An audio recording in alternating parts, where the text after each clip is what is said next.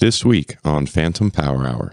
And there's so much pushback, like, oh, this stupid ad or whatever. Like, I don't agree with that outlook, but I can understand why people would hold that kind of opinion. I mean, just the fact that it's consistent kind of comes across to like, this is hitting really, really hard. Mm-hmm. Things are purpose built for the way you work.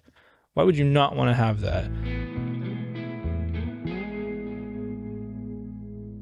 It's like 80 degrees out and I'm cold in here. I'm even just ready for sweater weather. Good insulation. Dude, I'm so ready for sweater weather. Give me hoodie season all day. Like Not Thursday is like the last hot day, I think. Yeah, I think Friday has a low of 35. Ooh. Yeah. I don't want it to be that cool. I want my nose to sting in the morning and to be comfy in a hoodie throughout the day. But I don't want ice on my car. It's not too much to ask for. And maybe this is the old man in me, but I remember a day where we used to get that for about a month or two. And now we get maybe one day of it. And then it gets freezing. Yeah. Man. Just, I don't know. Let me get through Thanksgiving before I have to scrape ice off my car or something. That's a lot of time. No, we're not going to last that long. A man can dream, can't he? It's 90 degrees today, and tomorrow it's going to be 20. So yeah, there you go. Welcome to Indiana. Where the players play. Anyway, how you doing? Doing well, man. How are you? Haven't seen you for like 45 minutes. I know. The last It's been a episode while. we recorded, which they're not recorded weekly. Whoa, no. I didn't even ask you on the last one, man. What have you been up to for like the last week? Because it has been about a week since I've seen you. I saw you. Has it? Almost a week. I saw you. Oh, last... you came and dropped stuff off. Uh-huh. Yeah, and we messed around with that song. Mm-hmm. Yeah. Before that, this is not music related at all. That's fine. Should it? Okay. I mean, last one was all music, so let's get a little personal here. Well, okay. So I have crazy friends, not just this one, but a buddy named Brandon who is an ultra marathoner, along with an Ironman, and does all sorts of crazy physical stuff. This dude's, and he's a lawyer, so he's just weird, glutton for punishment. But we went to Nebraska and he ran the Cowboy 200, which is a 200-mile run over the course of, I think you get like 84 hours to do it. And then like they shut it down. He did it in 62 hours, 62 or 64. So 200-mile run. He's crazy.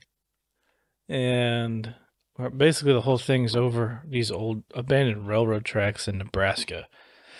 And you're going between these super small towns in a 200-mile line all across the middle of nowhere in Nebraska. So he was like, yeah, you're going to have a lot of downtime because I'm running from spot to spot and there's aid stations and I can help him at manned aid stations because I was crewing for him, meaning like he's running this whole time. So somebody has to like refill his pack with water and like make sure his nutrition and pay attention to his pacing and stuff like that. And it's a lot of work, more than I anticipated. And I took like a bunch of recording stuff thinking I'd make music in the middle of nowhere, and yeah, none of it happened because we were so busy the whole time. Like nobody slept for 3 days. It was wild. Was it like as soon as he gets to one station, then you pack up and you head to the other one to wait for him there? Well, I mean, without getting too detailed, we were pulling an RV the whole time, which made it really nice. And a lot of people didn't have that. They were doing it out of cars, which I'm not really sure how they did. But he had 2 different packs. So when we did get to a station, I already had everything ready for him to switch and then go, unless he needed to take a break. In which case, a lot of cases he did. It's 200 miles. But once he left, I would like clean everything up, make sure like have the nutrition ready for the next pack before I left, and then drive to the next location, get set up, and there was maybe an hour before he got to the next one. So it was a lot. I believe it. Yeah. Those kind of ultra marathons just boggle my mind. like I've heard about the Moab 200 and all of those other ones. And a big part of me would love to experience what that does to your mind, like what pushing through those mental barriers feels like. Oh man. But the other part of me is just like the vast majority of me is like that's for somebody on a whole other level than I would be. The weird thing, That's crazy. You get to talk to people who are doing the crewing, and they're like, because all the runners are obviously running, they're busy the whole time, but there's people working the race and there's people crewing for other runners, and they're like, when you crew something like this, you typically get the bug for it. And I was like, haha, no way. But I've always like ran for fun, like kind of like a meditation thing. Mm-hmm. But it was the first thing I did when I got home was I went for a run, and I actually went 6.5 miles. And for me, that's long. For me, that's pretty far. Because I normally do like 2 miles, maybe a 5K a couple times a week.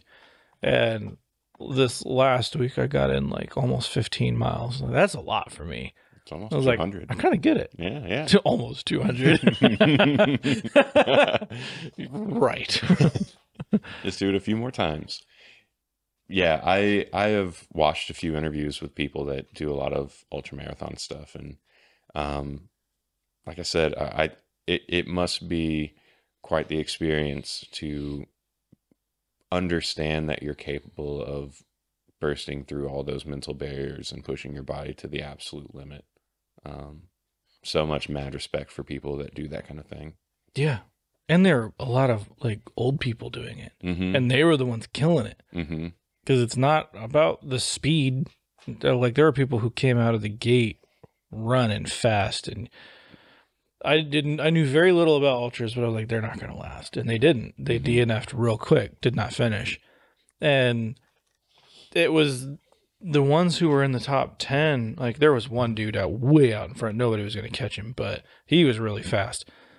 But for everybody else, it was like, who can sustain any given pace the longest amount of time? It could be a really slow pace, but if you can sustain that pace, you're going to finish. And you're going to finish well. So it was like, it was really interesting to see like these like 78-year-old guys, like just tortoising their way to the finish line way faster than the young guns. I don't remember the gal's name, but the person who like won the Moab either last year or the year before, but I think she slept a total of an hour or something. Yeah. And by the end of it, she was like blind and like barely made it across the finish line. And that's where I'm like, that's sheer willpower. Yeah. Like what kind of mental muscle do you have to push yourself to blindness from physical movement, But Brenda didn't quite get there, but he had such wicked tendonitis and inflammation that they think he sheared the nerves in his foot, so he can't feel his foot. Wow. And it was wicked painful. Yeah. I would imagine. Most of the crewing was like getting him amped up and ready, because if I could get him out the door and get him to the next aid station, he was fine. Yeah. It's like just getting people to start the thing. Have you ever heard of or looked into David Goggins at all? Oh, yeah. That was the running joke the whole time. Yeah. Have you read his book? No. His first one, at least. I think I have it lent to somebody right now, but whenever I get that back, I'll give it to you. It is phenomenal. But that, that's what he's talking about. I'd give it a try. I mean, I have it in my head that I don't like David Goggins, but he has a brash personality, very for much, sure. yeah. But the whole thing was like, okay, work hard, man, and stay there. Stay hard. Stay hard. Yeah. That was the joke the whole time. Understandable. Yeah, that's got to be such a wild experience. But were you were out for a couple weeks though, right? So obviously longer than the race entirely. So did you do any other type of events or sightseeing or anything like that while you were gone? No, it was like 3 days driving there. Then we were there for 4 or 5 days, and then 3 days driving back. Gotcha. No, it was very much focused the whole time. It's not a common take, but I like Nebraska. It's pretty, like, I liked it. It's arid, but Yeah. I've also never, there was one point he had, on my phone, he was at his very last aid station. It was unmanned, but you could go, as long as you didn't hand them anything, like you didn't help them at that aid station, like you could go. And it was his last 25-mile stretch he had to do by himself, but there were like 2 aid stations, and this was the very last one. Oh man. Yeah, so there's just like water buckets there, and then the trail, but you could see how dark it was getting. Mm-hmm. He left that aid station. We're in the middle of nowhere, and I grew up in the country, but I've never been in a place where there wasn't any ambient light at all. And so we just stayed out there and looked at the stars. It was wild. Yeah. Super wild. Man. Well, I'm glad you're back. I'm glad it was an overall good time, and Heck yeah. he finished the race, and that was his first ultra, right? I know he's done ultras. That was his first one over 100 miles. Okay. I believe. Okay. Yeah. Is it one of those deals where you had to qualify to even participate? Do you know? I don't know. Okay. I know you do. I know you have to like show finishes for some races to even enter, or win a lottery to get into some other ones. But I don't know. I think yeah, I'm not sure. This is like, this race has only been going on for 2 years. So yeah. It's been wild from the sidelines, just watching him push himself more and more in those kind of physical dimensions. yeah, It's pretty cool. So I was like, where are we going next? I know there's a 314 one in Tennessee. Let's go. Woo! 314. That's wild. And it's in like June. I think they just want people to die. Like, just same guy who puts on the Barclays, which is an insane race. Well, welcome everybody to Phantom Power Hour. I don't think we did a welcome to the last one, but we said hey to each other, and I think that's okay. That's what we're here for. That's all that matters. We do this for us. We have another centerpiece here. We had both centerpieces last time, and that was all about Roxy by Grace. But I think we can finally talk about this little number right here. The Loudon snare mic. This is a really interesting mic, which we got to play with on a session not too long ago. I got this way back in November of last year, I want to say, or maybe it was January. I don't know. It was a long time ago. Got the prototype for it and given feedback on the whole thing, because getting Loudon, actually these are Loudon mics. I didn't even realize, like, we're all Loudon. We're Loudon right now. And I think on this channel, nothing is sponsored. Nobody knows, anyone is making videos. There's no affiliation of any kind. Just so that's out of the way. But the Loudon, Trent at Loudon is a super cool guy. If you ever get the chance to talk to that dude, he's a wizard with all things like microphones, and the way he thinks about it is very like utility, which I appreciate, because he adds things to microphones that you don't see a whole lot of, like high passes and low passes. So you can use them on so many different sources and get things like printed exactly the way you wanted them printed. And even these mics, we've never used these for voiceover mics. Yeah, this is the first time using these. Yeah, so let us know what this sounds like. I have no idea if this is going to sound good, but we'll see. They're mostly used for toms, but they have two different... And we're Josh and Jeremy, not Tom. Not Tom. I couldn't resist. I'm sorry. I could feel and hear the groans from everyone watching. Well, these have two different capsules, which is why they look so weird. Like it looks like a T instead of having like a normal side address condenser or front address microphone. They're totally their own thing, but they're using the physics between these two capsules to like hyper reject anything that's not right in front of it. So like, I'm even wondering like how much of that rejects the voice. It's just getting slightly off centered, but yeah, we'll find out. I'm I'm interested to check out the clips from this one and see what the audio's like. And In the headphones, it was great. Yeah, it sounded good in the headphones. So we'll see if our moving around screws this up. But I'm going to talk over here for the rest of the time. But this thing was one of their other mics, the 208, was a killer snare mic and vocal mic. And again, had kind of the same idea of being very focused on what's right in front of it and rejecting bleed. And there are some really interesting videos on YouTube. There's one that's pretty old of like a one band in a room recording with a bunch of these, and you can see how much they reject bleed, which is that's a good one. Plus the one we are putting out, which will be out relatively soon. Mm-hmm. But this kind of came more of a form factor redesign. That just keeps moving on you, doesn't it? Oh, a little saggy boy. Time for a new mic stand, I guess. Or maybe I just need to tighten. We could put a counterweight on the end of it. I need to get new mic stands. Ugh. Oh man, you should have seen the troubles I had with mine at home. My counterweight was a bottle of Lysol on the other side because I couldn't find anything else. It kind of worked, but this thing was without giving anything away.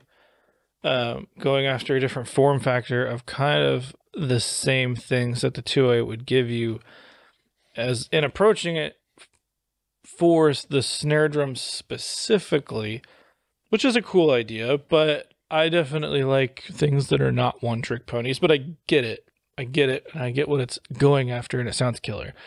When I got the prototype for it, I took it and used it in a live situation, used it in the studio, and every engineer that I handed it to really liked it. And there were a few instances where we had a 57 right up against it, and they picked this every time.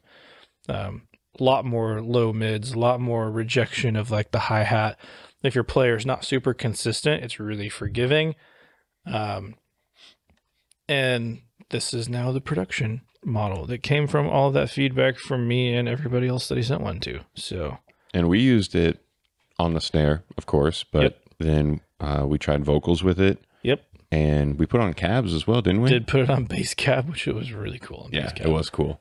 And guitars, which it was good on guitars, but I was really surprised with bass cab and vocals. Yeah. The weird thing with anything that does well with low end, like anything that also works on a kick drum or a bass cab, tends to work really well for vocals, and I don't know exactly why that is. Like even like the old Neumann U47s that are like renowned. Like if you don't know a whole lot about mics, you probably know what that mic is, and you know it's like, oh, that's a killer vocal mic. It's also a legendary kick drum mic. Yeah, that's and a bass cab mic. Is that the gray one? Yeah, is that what I'm? Okay, the gray Neumann kind of has a mount like this one does, and it swivels on the side. Yep. There's a FET version and a tube version. The FET version is the one you probably see a lot more of because the tube version is like $30,000 maybe. But, is that all? Just chunk change. But that is interesting why they would work on kick drum and vocal. But I was, even regardless of what it says on the microphone itself, like it's literally branded snare mic, and it's out now. You can go check them out. I think it's like $390. It's not too shabby considering what I've heard come out of it. Right. And if it were just a snare drum mic, I'd be like, that's a little expensive. But it sounds great. It sounds really good. And but I needed to try it on other things to be like, okay, can it do other things? If you were just going to buy a handful of microphones, could you use it for anything else? You absolutely can. Absolutely. Having the high pass and low pass on here, recording guitar cabs, like you basically get a finished sound right off of it. It's thunderous on low end, which making the bass cabs is killer. And as a vocal mic, it was just freaking solid. And it's built like a freaking tank. So it's such a cool form factor. Really small. Keeping it tight. Tight. I feel like we just need to have a new segment that's just the shill hour. But like you said, nobody's telling us to say this stuff, but I think it's really fun to talk about the stuff that we come across that that you we genuinely really like. enjoy. Yeah. There's got to be an outlet on YouTube. Like I think we mentioned this in the last one. Without getting too much of a rant here, like there has to be an outlet for, hey, I like this and I'm going to talk about it. Yeah. And there's so much pushback, like, oh, this stupid ad or whatever. Like, so much of what we do is art focused, but there's a solid gear aspect attached to what we do. And it's not necessarily about having the most expensive gear out there, but if things are purpose built for the way you work, why would you not want to have that? Yeah. And be that much more efficient, especially if you're running this like a business or even a hobbyist and you're just trying to get down to making stuff that sounds good for you. Get as many hurdles out of the way as possible. For sure. Or get things that are versatile and will get a number of jobs done for you. And look cool. I mean, the logo does look pretty dope. Anyway. Yeah. To risk sounding even more like a shill, one of the things I said earlier about, I think all the Loughton stuff is the mounts on all the mics are so cool. the Eden is a little absurd. Well, yeah. That one, it's built like, they're all built like tanks. Mm-hmm. Like, I don't know that you could, I know the 57 thing is you could drive a car over it, but you can't drive a car over the mount of that microphone. It will break. But I don't know that you could drive cars over these mics. Maybe this one. That's a weird test for a microphone's durability, though, if we're being totally honest. Yeah, I don't see a use case for that, really.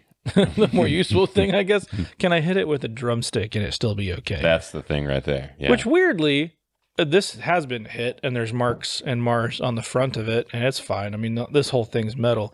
The weird thing, you could drive a car over a 57, it would still be okay. But if you hit a 57 with a drumstick in the wrong spot, that plastic piece breaks right off. Gonna have a bad time, yeah. There was a comment on one of our videos, the band with all ribbon mics video. Yeah. And someone was like, I can't believe you trusted like a heavy-handed drummer with ribbon mics that close to his drums. I saw that. I mean, there's yes and no. You're not going to put those in front of every single drummer, but he's pretty accurate. Yeah. And he's not that heavy-handed. I know. There were a lot of comments about that. And like first of all, it was for a heavier song. So Right. he's going to be digging in more. But he has dynamics Well, playing. I think the drums sounded big, which I think is a testament to his consistency rather than his level of how hard he's hitting the drum. Mm-hmm. Because I can do so much more in a mix standpoint, or even, I mean, just the fact that it's consistent kind of comes across to like, this is hitting really, really hard. Mm-hmm. And those mics, like the N22s on those, I think that's what we used. It's been a while, but I think that's what we used on those toms. But they sounded ginormous on those toms. And they weren't really in the way because of the form factor they picked up on the side. So it was kind of like out of his hitting area anyway, Mm-hmm. which is more than you can say for putting like a condenser on the toms, which is what I would do with like a KSM 32 or even like a C414. Like that is going to be in the way of a stick and that could get damaged in that aspect. So, and oddly enough, those ribbons can handle way more SPLs. So a full, like high quality build all the way around, it's generally more protected than like something that's you can drive a car over, but the front of it's made of plastic. So I don't know. I know we've brought this up before, but it's been a few weeks. In line with talking about miking and drums and everything, if you want to see a ridiculous drum set, mic setup, check out Jeremy's video on the Styx drum set. Yeah, over at Recording Studio Loser. What was the title of that one? Do you remember? I think Drum Tech shows us everything. I think. Sounds right. I'll link it below. But even just finding the spot where there's like the overview of the miking. Yeah. Oh man, a game of millimeters. Oh yeah. It was wild. Those tolerances were tight, and it's just really cool to watch how people do that day in, day out, consistently in a number of different environments. Yeah, and it speaks to the consistency of the performer as well. Oh yeah. Well, I guess we don't have as much in-depth shilling for the snare mic as we did Roxy. But People are gonna think we're actually shilling. yeah, that's why I'm just getting ahead of it and just, if we label it shilling, then it's reverse psychology. There you go. Oh, they're calling themselves shills, so they're not actually shilling. Yeah, I don't even think Trent knows this channel exists. So Most likely not. Which seems to be the case all around. So hit if the you like subscribe it, button. yeah, hit the subscribe button. If you like it and you know people that like music and, some tomfoolery here and there, send them our way. You hear this all the time from, YouTubers and people making videos, but the more traction that we get, the more cool things that we can present to you guys. And it gives us more opportunity to do things that you want to see. So Absolutely. And it's kind of become fun for this to be the outlet or for things that like wouldn't work on the Recording Studio Loser channel to be able to say them here. I kind of like that. So if you're into that, subscribe. Indeed. So you can hear what I really think. That needs to be one of the videos. Recording Studio Loser shares all, or says what's really on his mind. Make it super controversial. I mean, the thing with having a channel, I don't want to make hit pieces. Like, I'm not going to go out of my way to talk negative about people. Right. I know there are channels like that, and I'm not necessarily attracted to those channels, but at the same time, like, I try to keep it relatively positive, and it's kind of fun to be able to go a little more in depth.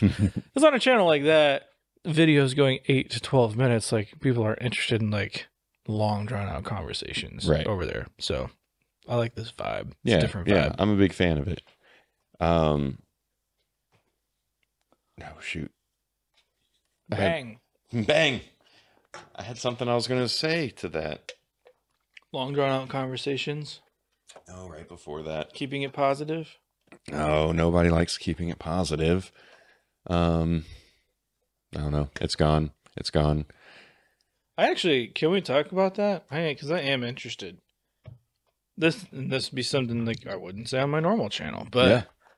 I'm interested how this just seems like recently there's been a lot of pushback on not just my channel. I've seen it a little bit, but especially on other people's channels where even having an affiliate link or a sponsored video, there's a lot of pushback on it, which is interesting. I suppose what would the expectation be? This is actual question. Please let me know what you think. Is it expected for who you guys watch? Should we be buying everything that we're going to test out? Is my only, I guess I understand that point if I were making an absolute ton of money, but I mean, some of those things go back. So there is a certain amount of like, you have to work with a brand to even get access to this stuff to try out. And I'm not totally lost on the fact that YouTube is there's a fair amount of marketing on YouTube. I mean, it is what it is. But some of those things that interest me that got me into YouTube was watching how do other people use this gear. And if you're just looking past like what you would perceive as an advertisement, whether or not it is an advertisement, like how are they using the gear? What do you do? Like there's actual knowledge to be had there. And then in my mind, that's the way to get that stuff out while bringing in bands and letting them record for free because I got sponsor money. Yeah. You know, like, so there's got to be like a happy medium there of like, can I make something interesting with content while also bringing in sponsor money to offset it so that I can have somebody here to record in the studio because I am a studio, but do it in a way where I can not charge somebody for studio time. Yeah. I like to hope, I think that's the right word for it. I like to hope that it's one of those cases of a few like bad apples kind of souring the taste of everybody. Because you do see some people or channels that like all their content is somebody paid to have this opinion put out there. I don't know how many opinions I've seen paid for. Like a lot of it's information, but I genuinely don't know. I've never had anybody ask for an opinion when they've approached me. Maybe I'm a smaller channel. Maybe that happens. I've never seen it happen. Yeah. And of the people I've talked to, I've literally never heard anybody say that has happened. I take that back. I've heard it once, but it was not a reputable company. Right. Like, and actually you experienced that. I did. Yeah. So I guess it happens, but you're kind of just go like, those are scammy, and you just don't deal with those. But not everybody does that. So I feel like it's not something common that you see from very successful channels, like following through with those deals. But, Okay. you know, there's brands doing that because it has worked in the past, right? So I feel like even coming across one or two of those and finding yourself getting ripped off from, maybe you watched a video on this Instagram product or something, and then you got scammed by the company or anything like that, I could see that playing a big part into, okay, well, now I don't want any like sponsored content or paid for products or anything like that to come across these videos. But I don't know, man, not to go philosophical, but No, let's go. let's go.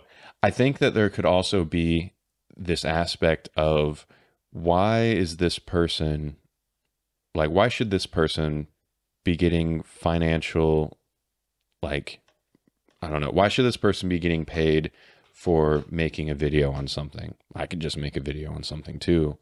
And I feel like there may be some kind of, I don't know, underpinnings of negativity there, of like, what makes this so special? Why should I care about this? This person's obviously getting paid or sent this thing for free just because they made a video on it or something.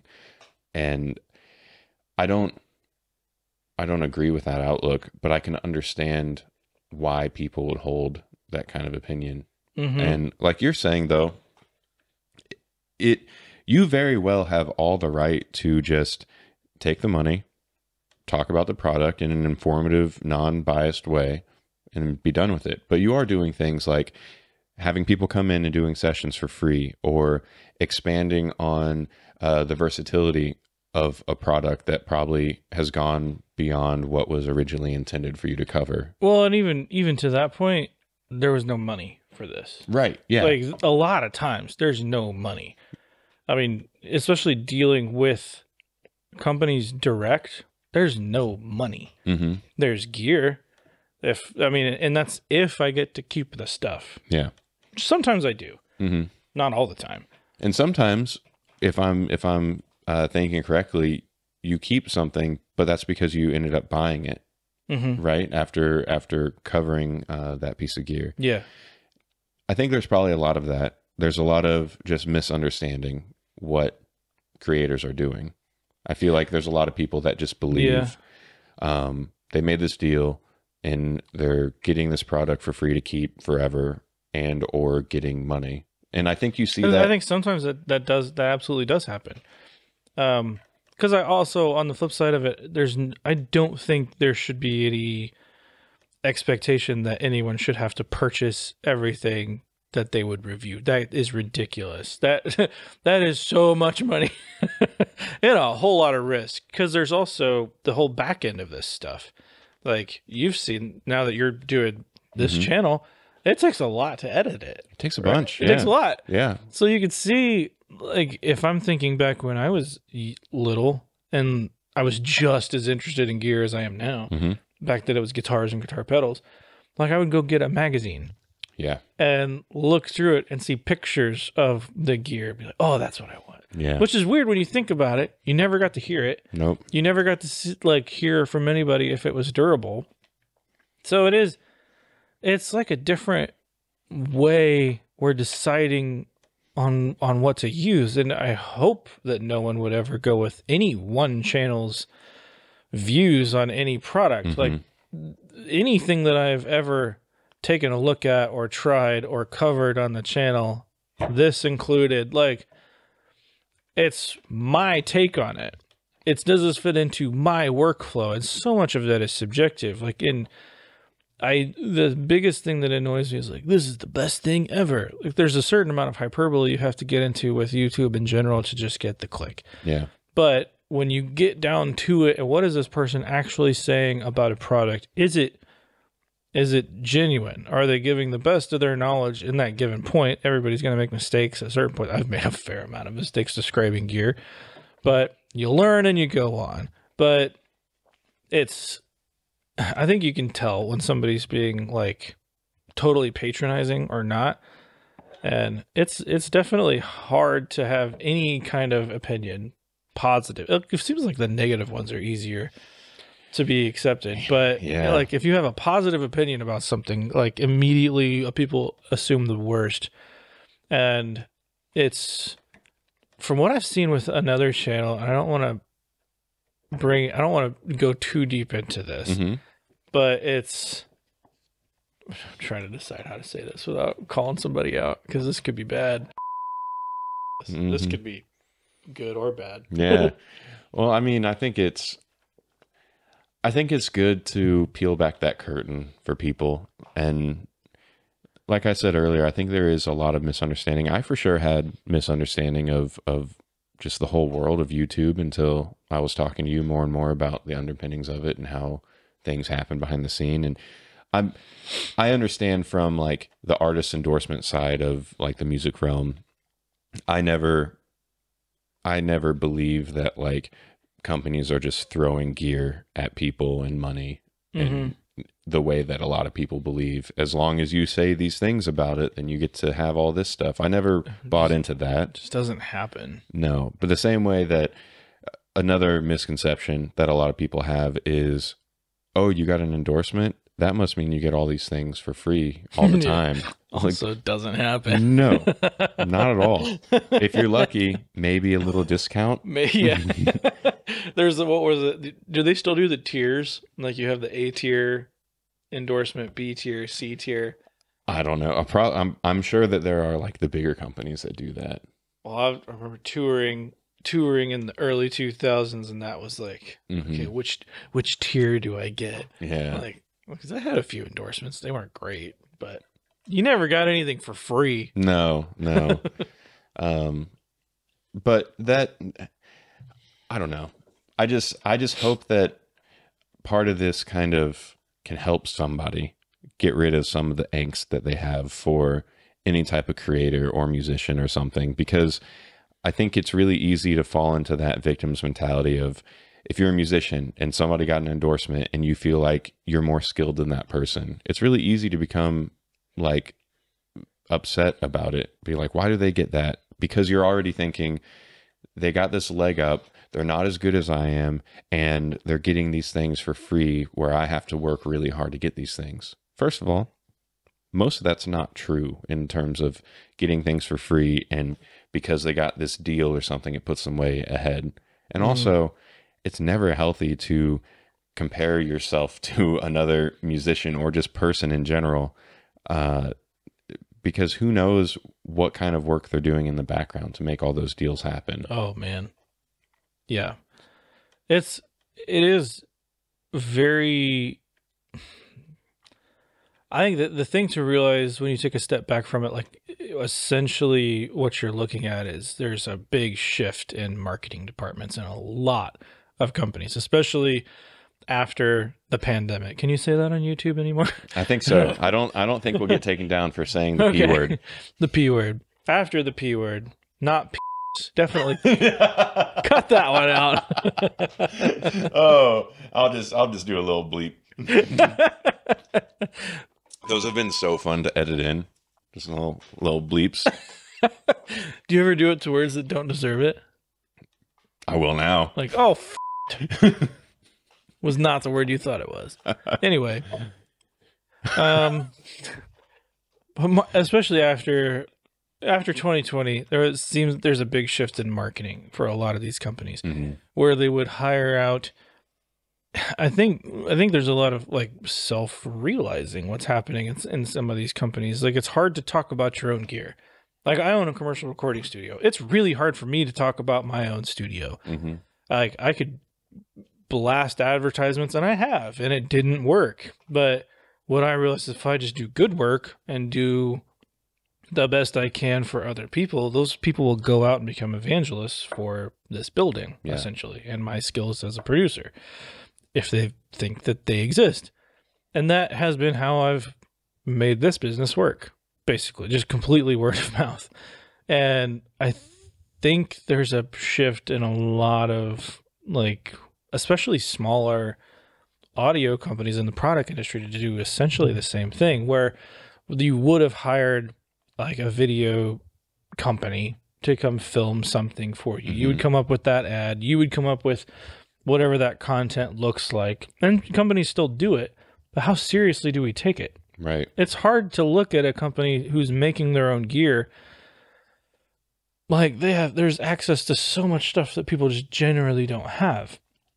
And I mean, all that's viewed on a sliding scale, right? If you're a big commercial studio, you seeing something in a big commercial studio, that's applicable to you. And you could totally see how that would work into your workflow.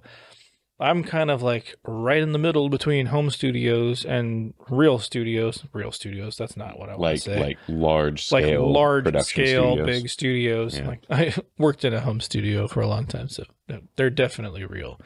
But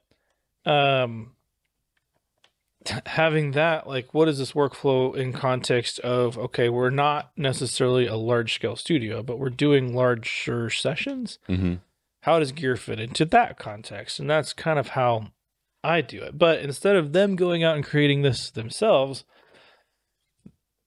essentially, instead of paying the tens of thousands of dollars it would have taken to do all of that production for a product, they can just give the product out and let the product talk for itself. Right. Like, you may get good reviews, you may get okay reviews. You have no idea. That's a huge risk for the company. It really is, yeah. And it's not like there's documents flying around. Like, I've never signed an NDA for a product. There's been like plugin development stuff where you sign NDAs just so you don't talk about something before it's time.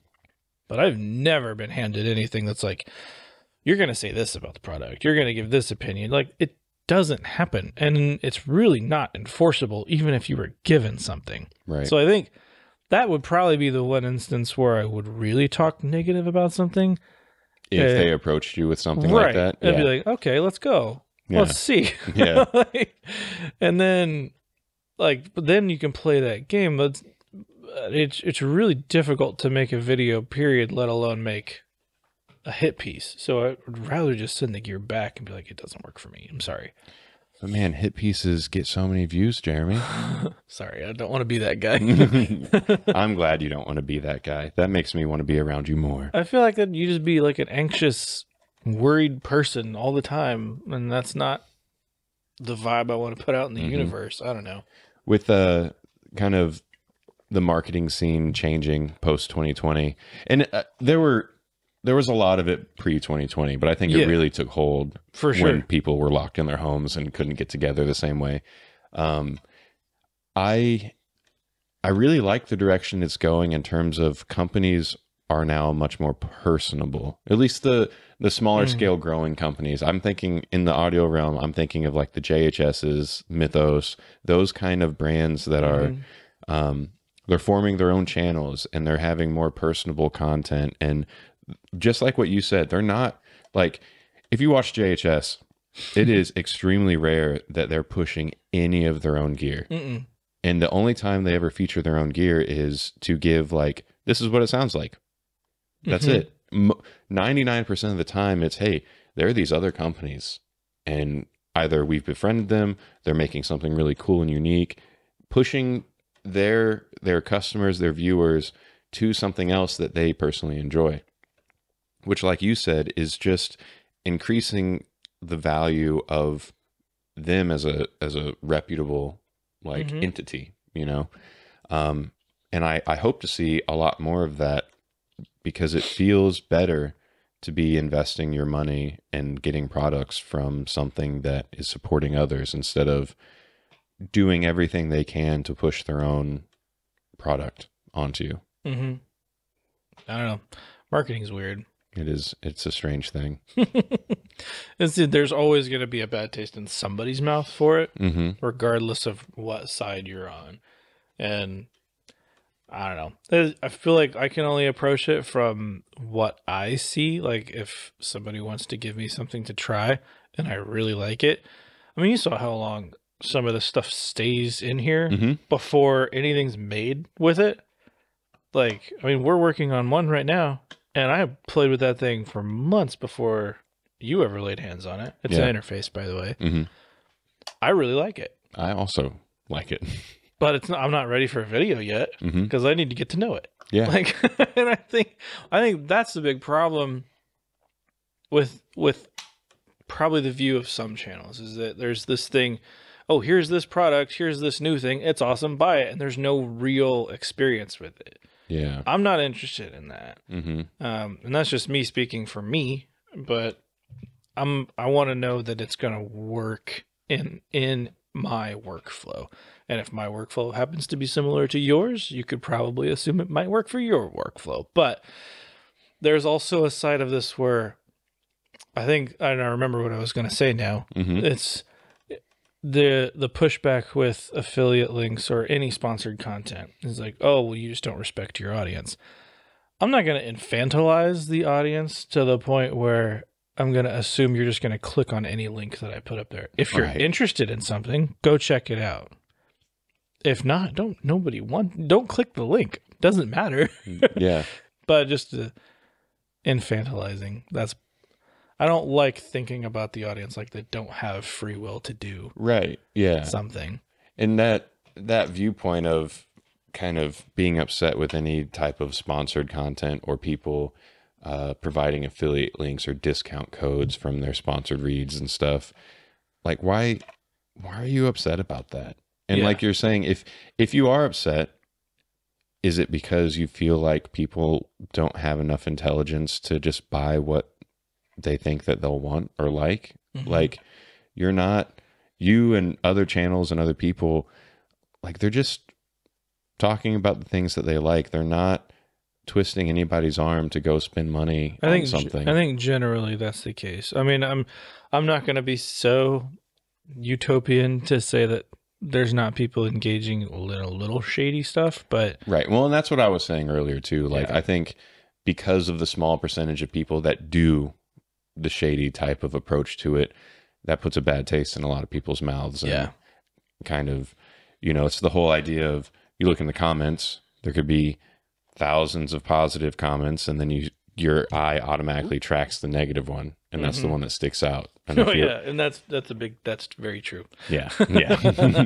There was it might have been Andrew Huberman, Dr. Huberman, that was talking about it. There's something about our neurology where that's like a real thing in our brain, where you can just be scrolling or having like a feed, like Twitch feed or YouTube live feed or whatever, and you won't interpret anything until there's something negative, and then automatically your brain interprets that. Yeah, I've been there before. Yeah, and it's something that has to do apparently with like their survival instinct, or how our brain kind of incorporates danger and stuff. But I just thought that was interesting. I'm not smart enough to tell you exactly what's going on, but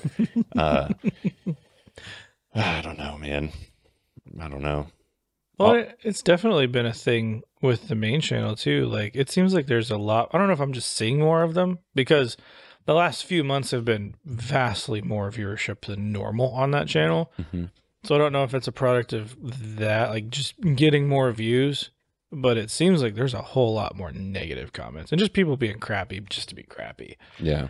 Which normally 90% of the time that'll just go right off your, like, who cares? They're just they're drinking too much, like, which has literally somebody's come back. I apologize, I was drunk. Yeah, whatever. But there's a lot more negative comments, and like people going around like saying sponsored on videos that like there's nothing even to interpret as sponsored. Like, I had a channel long before I ever got any kind of sponsored content, and even then, like if you look at the body of like any, well, I guess I can't say any YouTubers, but at least what I have right now, the vast majority, there's nothing sponsored anywhere in there. And if it is, you say that it is. Yeah, you have to. Yeah. I mean, you don't want to be the guy not saying it is. Right. I mean, is that the solution, or like part of the solution? Do you need to, for every video that's not sponsored, make a big deal about this is not sponsored. Which I have done. I got a little pissy on one of them after some of those comments, and I put a banner on the bottom of the video for like a minute and a half. Mm-hmm. Said, "This is not sponsored. No money changed hands." And later I was like, that's kind of dumb. I shouldn't do that again. Like, I mean, because there were even people after that, they're like, "Oh, this is sponsored." Like, like, what do you want? I think they just want to be upset about something, man. But I mean, and I get it. If you take it to its logical extreme, I can see where that would be a bad idea. But I think the argument that I would bring up is like the industry's changing, better or worse, it's changing. Mm-hmm. And if it's harder to get access to people who do this for a living. Like, even when I was trying to get into doing this, it was hard to approach a person and get them to teach you. And like YouTube, I think when I was starting to work, it just wasn't a thing yet. Like, there wasn't things you could go watch and learn how to do this. And now there is. And there has to be some kind of monetary incentive for that person. If you think back to an internship, you were cleaning toilets. Yeah. And doing grunt work to learn what a high pass filter was. And now it's like you just kind of have to sit through a 1 minute ad read for something that may or may not be related to the content that you're watching. It's so interesting for an audience of your channel or other kind of music-based channels to be upset about sponsored content, because if you are a musician of some kind, most likely you have an aspiration to get paid for doing what you love, which is probably making music or making art in some fashion, right? Yeah. So why are you being upset that you're doing something you enjoy? I mean, I know that it can be work. Anything is work at the end of the day, but I think you like making videos. I think you like seeing new gear. I think you like getting experience on a vast amount of different things and sharing what you've learned and experienced to other people to try to help them understand as well. Why shouldn't you be getting paid for that in some way? Well, and again, in most cases, in the situations you're talking about, you're not paid for those. Like, you're paid if you're talking about getting gear, you're getting gear. But well, and I don't mean getting paid by those companies. I just mean in general. Like, oh yeah, okay, the AdSense revenue, or however, sure, affiliate percentages and things of that nature. So I don't know. I don't know why people are getting frustrated with creators getting an income from any of the possible streams of income. Yeah, if there's no other valid information there that's applicable to you, and it's just basically a channel that's just doing ad reads and that's it. I can't think of one right now, but maybe they're out there. Yeah, then that's a problem. But even then, I guess you could make the point that they exist as solely a marketing platform, and that has value to some. I mean, I think about LTT. I freaking love that channel. Me too. I mean, besides all the drama going on right now, but it's how their ad reads are legendary. Oh, and yeah. every video has one. They've only gotten better too. But they're blatant about it. And it's like, what? This is accepted in this industry. But now that it's coming over here and music production is like getting more popular and more accessible, and there's more knowledge out there for it, it's like now it's kind of a bad thing. You know who doesn't get pushback for ad reads? Like comedian podcasts. And some of them, I don't watch any, actually. I watch a handful, and I won't name any names. There's a bunch I love, and I'm not like talking crap about any of them, but there are some where, because they are kind of up and coming, like there would be 5, 6, I've seen as many as 10 minutes in the middle of their podcast where it's just ad reads for different companies. Really? Yeah, but nobody's hating on it. So why is that okay? But as soon as we're in this industry, any type of sponsored content or ad read or something like that is now nefarious. I think there's a blending of like the roles within music production. So the artist has become the producer, which has become the engineer, which has become the mastering engineer. So those artistic individuals are now in these technical spots, and this is where you would be marketed these technical tools for those jobs. And I think some amount of artistic people, I mean, there's definitely like I was in the hardcore scene. Mhm. So like there's definitely like a fight the man mentality depending how old you are. And I think that's definitely come back. And I guess if you're being advertised to in that way, and you're kind of, you don't really appreciate capitalism, whether, I guess I could see where that would be like a very negative thing if it's, you feel like you're being marketed to in an artistic space, which is now melded with the technical space. And it's an interesting time for the industry as a whole. So like looking at those like cognitive dissonances between those two roles.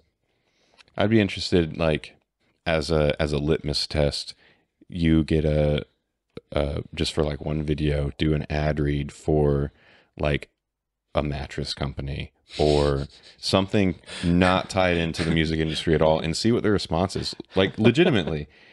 Because from my perspective, I watch a bunch of different YouTube channels, and I want the people doing the work to get reimbursed. So I have no problems with ad reads of any kind or anything like that. I'm not saying that I want like those people to do shady kind of sponsor deals and stuff. Of course, I don't support that. But my point is, I would be interested to see what type of pushback you get or kind of negative comments you get for something like that. Actually, there has been one. One of my first ad reads I ever got, first sponsored spot I ever got. I actually really needed it. And we're back after another camera overheat. We're gonna figure this out. I think I have so much stuff attached to it that it's just gonna naturally overheat. Anyway, my first ad read was actually it was just last year. I don't even think it was a full year ago. But it was a company that is not related to studio stuff at all. And some of the comments on that were like, I mean, I think for the views that video got, there's not many people talking about the ads at all. And then a few of them that are like, why is this on your channel? That's valid. But I mean, you can't have it both ways, that you would either be given an ad that's something like, clearly I have a segment of people that watch my channel, and as other channels are very much like this, there's a segment of individuals who have a common interest of something. So naturally companies are going to want to advertise because this is things that you have shown interest in the past. So you'll either have it that way or completely unrelated. Is the answer for ad read specific stuff just only doing ad reads for something that you personally use? Like, is that the most ethical, kind of safe answer to that? That's kind of what I've done. I mean, I don't know.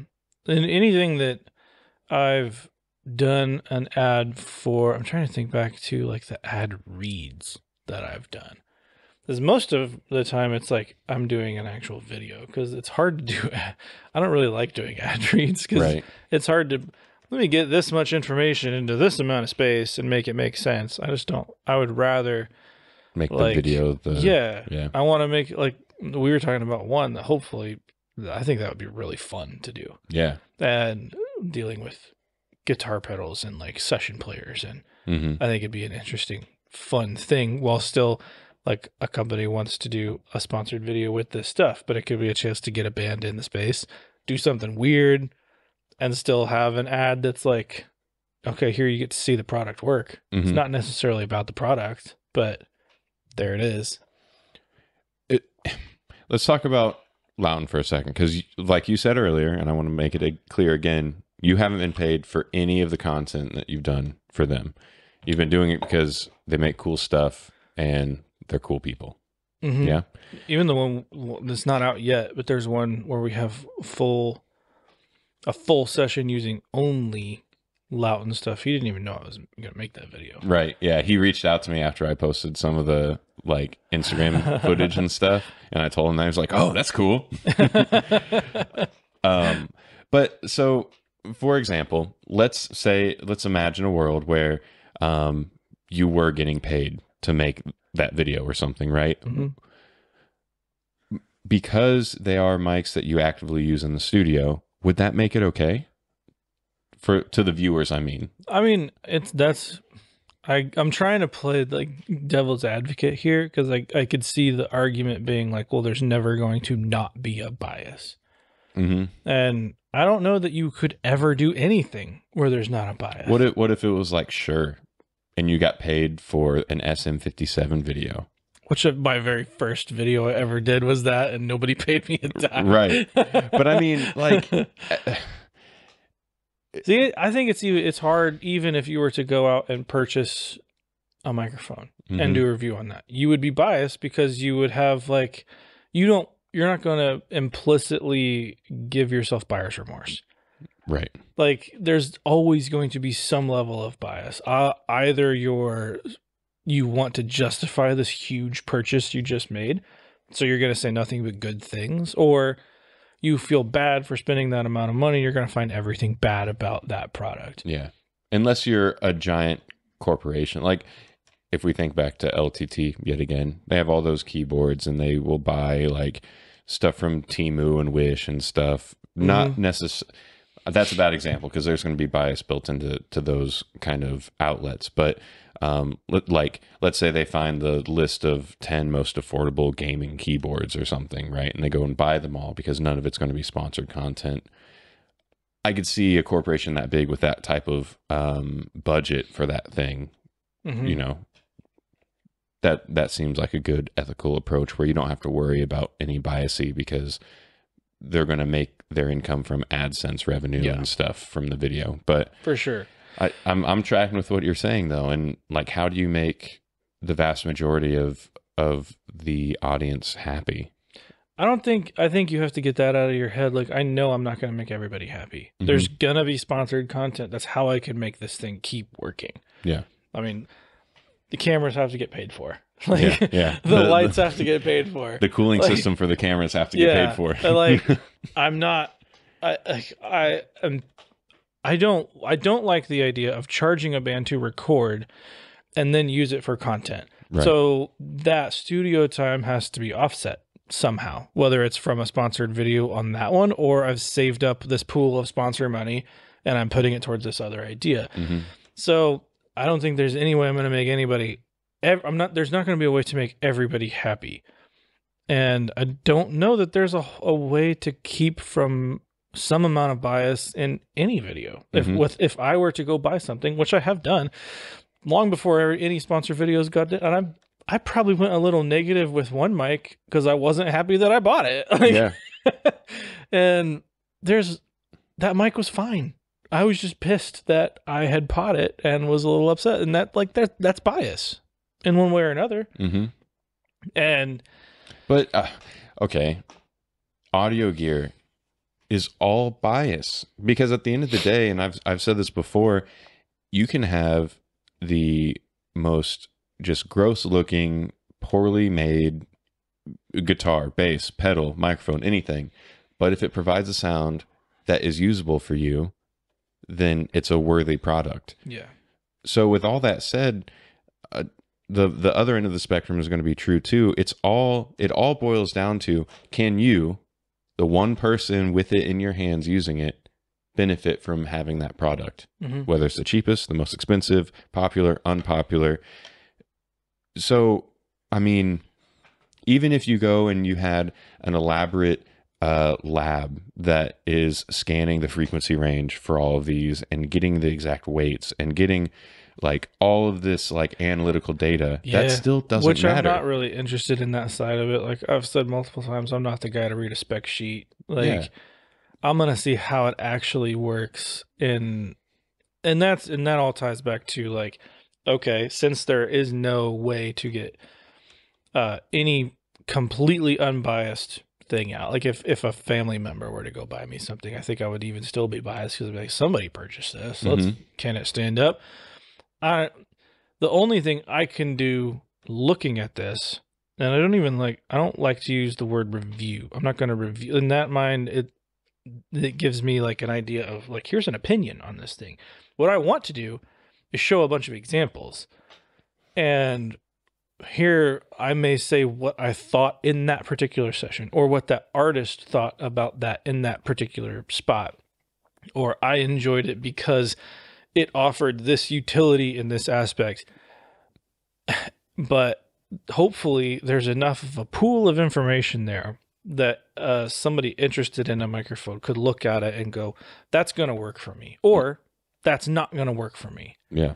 And that's how I try to approach it. Not that I do it perfect every time, but that's kind of I feel like that's the filter that I want to have with everything going in this, because at the heart of it, I love gear. It's fun, but I understand that gear acquisition syndrome can be a problem. And if you don't have money, then that's a whole other conversation. Like, if you have issues with money, and I think it's very important to be careful with your finances. Like that's something I talk about a lot on the channel. But if you have all the information that you can get, and you're not just getting it from one source, you're not just getting it from me, you're not just getting it from one other channel, do your research. I mean, I don't know if we want to get into Enneagram stuff, I'm a 5. If you're into Enneagrams, I over research everything, and I kind of have it in my head and I forget that other people don't do that. Right. So if you just listen to one person's thoughts on something, that I could see where that would be an issue. But hopefully you're taking a wide swath of this stuff and seeing if it works for your workflow. Because if the argument is, that I don't respect you because I'm showing you this product, and then, click this affiliate link and do I don't know. I kind of see you as an adult. I hope there's an adult on the other side of this camera watching. I mean, you might not be 18. I mean, it's not restricted content for only over 18. But I get what you're saying. Like you are an individual with processing power in your brain that makes decisions. It's not because Jeremy made a video on this and has a link, I am now required to click it. That seems like a whole lot of power that I don't think That'd be dangerous. Have. Yeah. If I could do that, you wouldn't be clicking an affiliate link. Right. Be just direct to my PayPal. Direct deposits. I don't know.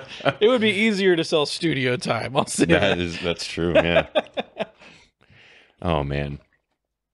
Well, I think it's a good and interesting discussion. Albeit a little uncomfortable, but yeah, but I think uncomfortable things still need to be talked about, and hopefully there's some people that maybe this sheds light on it. Maybe it gives you a different perspective on what these things look like. One thing I will say too, and I think Loughton's a good example. Again, they didn't pay. I mean, nothing on this channel is paid for. I feel like we keep saying that. If you want to check them out, go check them out via your own methods. But I mean, companies like this, for example, smaller companies, I like what they stand for. And I understand that's completely subjective, and that's conversations that I have had. So anybody else's relationship with a company like that may differ, but they're cool people. And even if it's a band, like in the studio context, if it's a band, I want to draw attention to cool people and I'll go above and beyond for a band who's a good hang. And I'm finding out it's the same with gear. Like, I don't know, intentions are weird, and like friendships in this industry are definitely weird. Yeah. Not that I'm friends with Trent, but you find those people that you're cool and they're doing cool things and you're attracted to that. And I don't know. I think it goes beyond just products and stuff like that. Is somebody seemingly a good person, and that's what you want to shine a light on. And I say that because the antithesis of that is way more apparent than the actual being a cool person. Yeah. And there are companies who weren't that. And I don't like shining lights on this. So it makes it way easier to do stuff like this, I guess. Makes it more apparent that you don't want to do it with the other companies, maybe. Mm-hmm. I don't know how to say this without calling people out. Yeah, no, I get it. There's I'm a like whole dancing around it. there's a whole list going through my mind on I know a lot of those, and there's just companies that I don't know. I won't even get into it, but I'm in agreement with you, and I'll leave it at that. But like you said about, like, you want to work with the companies that, or not even work with, but kind of draw attention to the companies that seem to have good values or good personalities or a combination of those things. That's the whole reason I brought up the idea of doing like the record recommendation. Like, either it's stuff that I enjoy and maybe I don't know the band personally, or it's stuff that I enjoy and I know the people in the group and I support what they do, right? Yeah. So that's the whole idea behind that as well. And I just don't see any negativity in trying to boost up those around you that you either like or believe in or something like that. And I don't understand why that is fine in some areas, and then as soon as you are in the consumer electronic or music electronics area, then all of a sudden, like, can't do that anymore because now it's I don't know. I don't get it. But hey, these mics are cool. This one's super cool, and we can talk about it now. So we did. That was a long rant. Hey, it needed to be said, though. That's going to be interesting to like 5 people. What have you been listening to? Well, Okay. I knew for the last episode, I knew exactly who I was going to talk about. Mm-hmm. I think I already know who I'm going to talk about too. Yeah, I figured. I don't know if I may have brought this up. Have I mentioned him before on here? Not on as a rec. Okay. So Ian Illig, the record, is it Almanac? Let me see. He has a new project that just got released. Yeah, I saw that. Mm-hmm. Ian Illig Almanac. That was a super fun record to make. He's such an interesting songwriter, Mm-hmm. and a lot of people in that band are people that we know. Producer was actually Caleb Mm-hmm. Schoberg, and I think the recording for that, I tracked it. Caleb mixed it, I mastered it, he produced all of it. I think most of it was done here. Overdubs were done like in other places, but that was a super fun project, and it's a vibe. It the is. whole time. Like, it's a ride. Like, that's one you could listen to front to back, and it like tells a story. Mm-hmm. A really cool record. Go check that out. Really cool sound. And Caleb is such an interesting producer. Mm-hmm. Like, the way he thinks about tones and moments is really cool, I think. Yeah, and a killer player too. Oh my gosh. So good. My rec is Hiromi. Ooh. Have you listened to Hiromi? Have I shown you Hiromi before? Is it Hiromi Uriah? I believe so. I think that's how you pronounce her last name, but Hiromi. Yeah. I believe she hails from Japan, a pianist, and I've seen her live a few times. But first, the rec. My favorite album of hers is Spiral. That is a trio album that actually, if I remember correctly, it was pulled from online streaming for a hot minute, and I checked again today on my way here, and it's back, and I'm so happy about it. But the song that got me hooked on Hiromi is on that album. I believe it's the last track, Return of the Kung Fu World Champion. And there's also a live performance video on YouTube of that one. Which record is it? Spiral. So it's towards the bottom of the list. There it is. There it is, yeah. Oh, yeah. This is the one I listened to. Yeah. So her energy is absurd. It is just pure joy the entire time. Obviously insanely skilled. But that album has so many cool, like, electronic jazz ideas. Think like Chick Corea and the Electric Band or Electronic Band. but also then there's another tune. I think it's Old Castle by the River in the Middle of the Woods, something like that. Mm-hmm. But the imagery of the title is what plays out in your head as she's performing the piece, and it's just gorgeous. It's one of those albums and just artists in general that like completely transports you as you listen to it. And there are some insanely like cerebral ideas that are happening, and then there's other moments of just simplicity but performed at such a high level that I don't even know, man. I don't even know. But Hiromi, the album Spiral is my favorite. I've seen her at Ball State a few years ago. She did a solo show, and she did the whole thing where she throws like springs over the strings and the piano to give it like that harpsichord kind of vibe. And the first time I saw her was in at the Jazz Kitchen with the trio from Spiral. So Tony Gray on bass, and I am spacing the drummer's name. I'll throw it up on the video here. That was amazing. And then I saw her again at Jazz Kitchen a couple years ago with Anthony Jackson on bass. So all around great time. Hiromi, Spiral, very fun record. The one I always listened to was Time Control. That's a good one That too. feels like that's a weird one. Yeah. Like if you want to go from like the Spiral, which is like a cool listening experience, to Time Control, which is like you're in your head the whole time listening to it. It's a weird. That's an interesting pair, but that's a good pick. Yeah, she's great. Well, if you stuck with us this long, and you probably know by now that we want you to leave something in the comments. Ooh, what's Jeremy, it gonna be? What is it gonna be? Let's find something real weird. I always search for the emojis in your chat. That way I don't actually accidentally send it to somebody. Somebody just gets random emojis.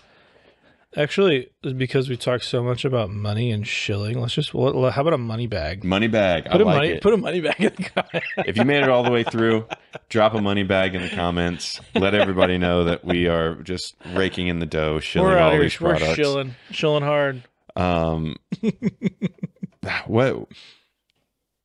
trying to figure out how to ask it because I want to know other opinions on this. But what's a good like pointed question? I don't know that there is a pointed one. I guess it would just be, how do you view this? I mean, just from looking at comments on my channel, it can go either way. Like some people have responded to negative comments of ads in saying like, "Oh, look at this entitled person wanting free content." Mm-hmm. Like I should have screenshotted it. I can go back and find it, but I know it goes both ways and I can see both sides of it, but I guess the pointed question would be how else can we do this? What would be, in your mind, the most ethical way to approach it? That's a good way to ask it. Like what's the ethical answer? If you do have issues with certain sponsored content, then what's the ethical approach? Like what would make you feel content about it? Or does it bother you? If a creator just approaches it in a responsible manner, is that enough? Yeah. That's my take on it. That's how I feel. Yeah. But what do you feel? What do you think? Tell us. And on your way down to the comment section, you may know this if you're familiar with the platform, but there's a little box that says subscribe in it. It's new. So while you're scrolling down, it's new. New features. While you're scrolling down to the comment section, make a pit stop and you can hit that subscribe button.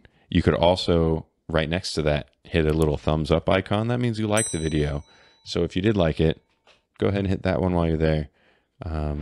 And drop us a comment. Let us know what you think. Even if you didn't subscribe, I'll let it slide. I would really prefer if you would subscribe, but if you didn't, at least leave a comment. Tell us what you think about it, because I really am curious on different viewpoints for all this. Because I am too. The way I feel about it feels really logical and straightforward, but just like you said, when you are getting a new product, you do a lot of research, and to you, that's the logical, straightforward approach. But that's not how everybody feels about something. So what do you think? Tell us. Let us know. Okay, bye. Bye.